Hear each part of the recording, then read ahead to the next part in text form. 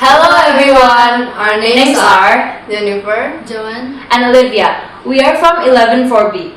For this video, we are going to be talking about To Kill a Mockingbird, a best-selling book written by Harper Lee. In just 1 year, the book managed to receive its well-deserved recognition through winning the Pulitzer Prize.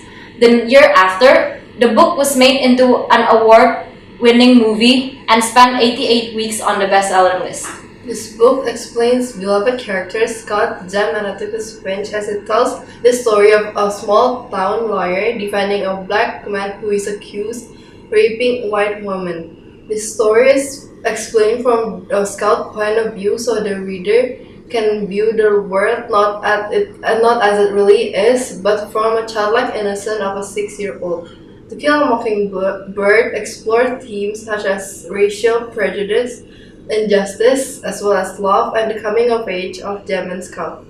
It was published just as the United States civil rights movement started to gain momentum and has resonated with readers across cultural lines.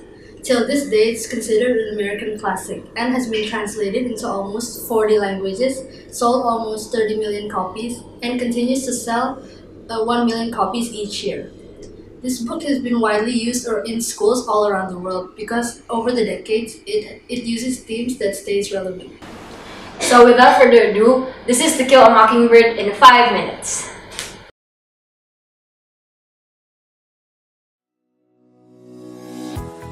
To Kill a Mockingbird starts off in the sleepy town of Macomb, where the narrator, Jean Louise Finch, who is almost always called by her nickname Scout, explains a brief overview on her family history.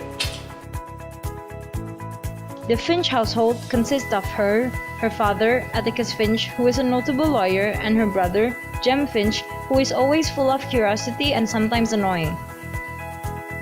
And Calpurnia, the housemaid, who at the same time acts as a mother figure for Jem and Scout, whose mother had passed away due to heart conditions. That summer, Jem and Scout met a boy named Dill, and almost instantly they clicked.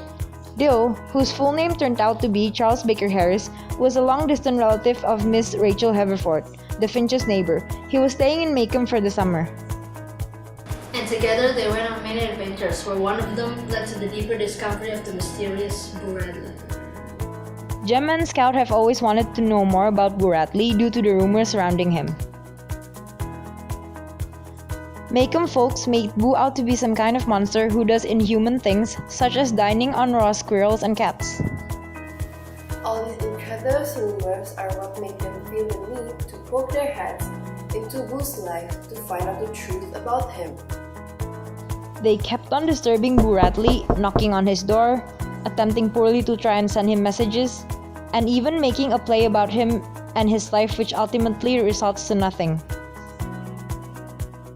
The next winter brings unexpected cold and snow, and Miss Maudie's house catches on fire. While Jem and Scout watch the blaze from near the Radley house, someone puts a blanket around Scout without her realizing it. Not until Atticus asked them where the blanket came from does she realize that Boo Radley must have put it around her when she was distracted. As time progresses, their somewhat boring life turns upside down and they live a life full of adventures as they face many memorable events where they eventually learn valuable lessons along the way and slowly grew more mature with each consecutive encounter. First up is Miss Dubose, your neighborhood's cranky old lady who can pick a fight with just about anyone.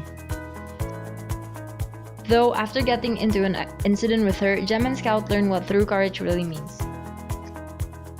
If there is any of you who thinks that courage is a man holding a gun, then get ready to be disappointed. Next, there's Miss Maudie, which the book describes as a chameleon lady. She's a kind-hearted yet tough lady who has gold teeth and loves gardening more than anything. Then comes Miss Stephanie Crawford.